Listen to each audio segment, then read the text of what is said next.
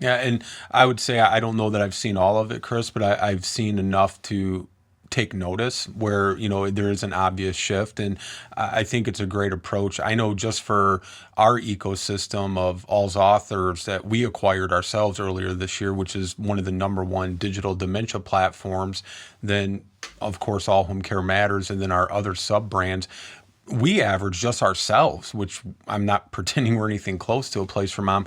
We get anywhere from 30 to 40 emails a day from family caregivers, and looking for us to direct them to resources, or they have questions, or, what have you. So I think it's an appropriate, but I think a very effective strategy you guys are doing.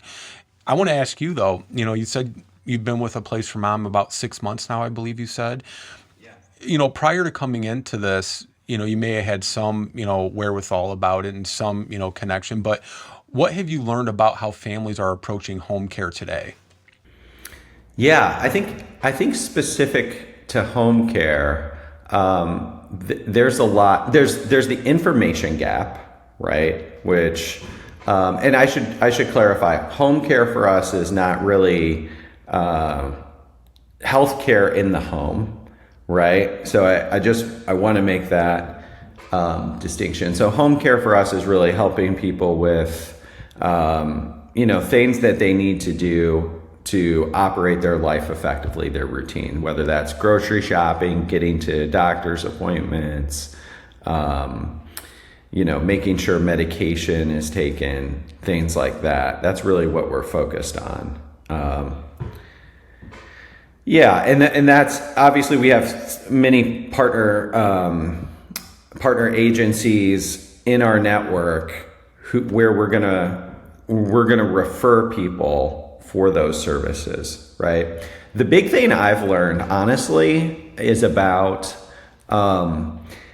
just the overwhelming desire for people who want to stay in their home and how important that is to them, right? So one of the things we know is a lot of the folks we refer into home care, they're viewing that as a permanent solution. It's 62% of folks who are saying, "Hey, I'm not going to move into a senior living community at any point in time," right? And they may be right, they may be wrong. Situations change and things of that nature, but it is in many ways the preferred model for people who need some help later in life. The other thing I've learned a lot is it's really about the caregivers themselves, right? And so, I think there's so many people who are going through these situations with loved ones that they take it upon themselves to be the caregiver, right? So it's kind of a natural first step. Mom or dad is struggling.